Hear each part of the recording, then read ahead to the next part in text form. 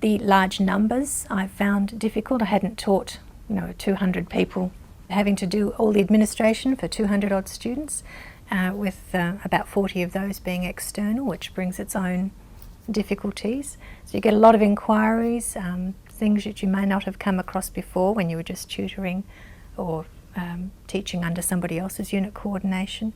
So you'll deal with students who have depression, who have other personal problems or disabilities, and you have to lend an ear to them and explain to them things like retrospective withdrawal from units, which I had no idea about before, which is most students don't know about either, so you have to be able to help them and interpret the university's rules in regard to withdrawals. Enrolments, late enrolments, coming across students not enrolling until the end of week 2 or week 4, they're trying to still enrol.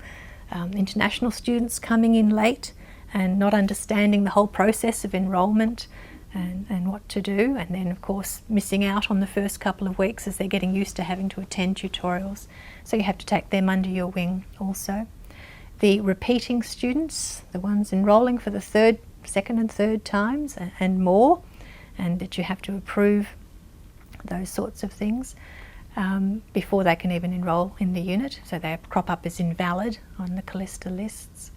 So just all these little things that you'd never thought about before, and which are magnified by the numbers of students you have enrolling in a service teaching unit like this. I've tried to become super organised, and I think it's working. It probably annoys some people that I come into contact with, but I start checking student enrolments very early, pick up on the invalid students and follow them through, make lists of third-time students and try to put them into certain tutorial groups and tell the tutor that they have a third-time student there. If anybody has a problem, I contact the tutor. Yeah, I think it's just being really prepared. At the beginning of a semester, a couple of weeks beforehand, I get out my diary and I go through and put for each week what I should be doing then. This is the time I should be writing that assignment. I've got to put it online then. I've got to put the solutions up then. So as I go through from week to week, I'm not panicked. I know it's there.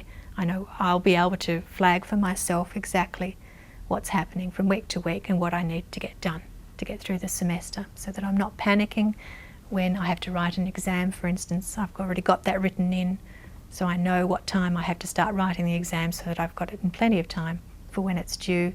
And that way you can do extra things on top. Then you've got time in your life to do some research or meet with other people or change how you do your online unit and so forth. But if you don't plan ahead, everything just gets too much later in the semester.